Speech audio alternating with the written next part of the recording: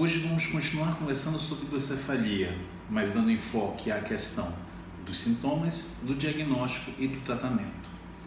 Antes de conversarmos sobre os sintomas, é importante a informação de que quando nascemos, os ossos do crânio, ao contrário da idade adulta, quando parece que temos um osso apenas, um osso contínuo, os ossos do crânio eles são totalmente diferenciados, são divididos, eles são ossos separados entre si. Nessa imagem vemos o crânio de uma criança nova. Os ossos ainda estão separados.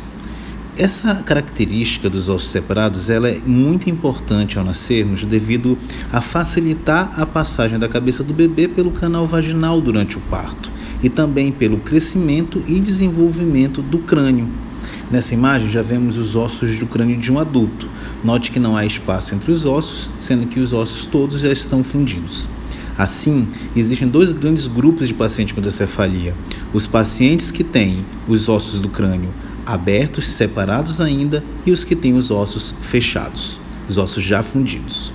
O primeiro grande grupo é justamente dessas crianças mais jovens, as crianças que ainda não tiveram os ossos do crânio juntados, fixados ou fundidos.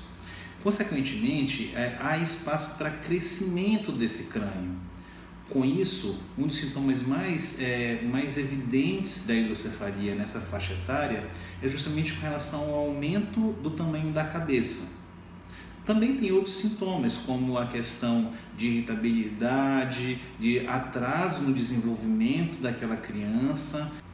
Bem, o segundo grande grupo é com relação àquelas crianças mais velhas, crianças que já tiveram os ossos do crânio fundidos, e os adultos. Nesses pacientes, apesar de poder ter uma pressão intracerebral muito alta, ele não vai ter a questão do aumento do tamanho do crânio, pois os ossos já se fundiram, impossibilitando esse aumento. O pior desses pacientes é que os sintomas eles são muito relacionados a justamente uma pressão alta dentro do crânio.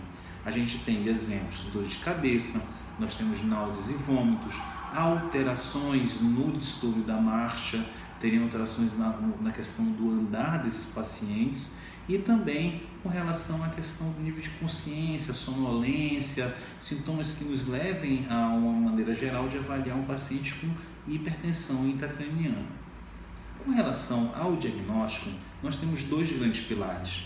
O primeiro pilar seria com relação à questão do exame físico e o segundo dos exames de imagem. Com relação ao exame físico, um dos itens mais importantes é justamente a questão da avaliação do perímetro cefálico, para poder acompanharmos como está o desenvolvimento da cabeça da criança, feito rotineiramente em consultas na pediatria. Com relação aos exames de imagem, nós temos o ultrassom, cuja vantagem é poder ser realizado o exame ainda com a criança dentro da barriga da mãe, fazendo o diagnóstico pré-natal. Temos a tomografia, que hoje em dia é reservada para casos de urgência, com pacientes com hidrocefalia internado, e nós temos também a ressonância de crânio, que além de ter mais qualidade na avaliação do cérebro e dos ventrículos, também identifica situações que podem estar favorecendo a formação da hidrocefalia. Nesse exame, a gente consegue ver dois cérebros, um com ventrículo normal à esquerda e com ventrículo com hidrocefalia à direita.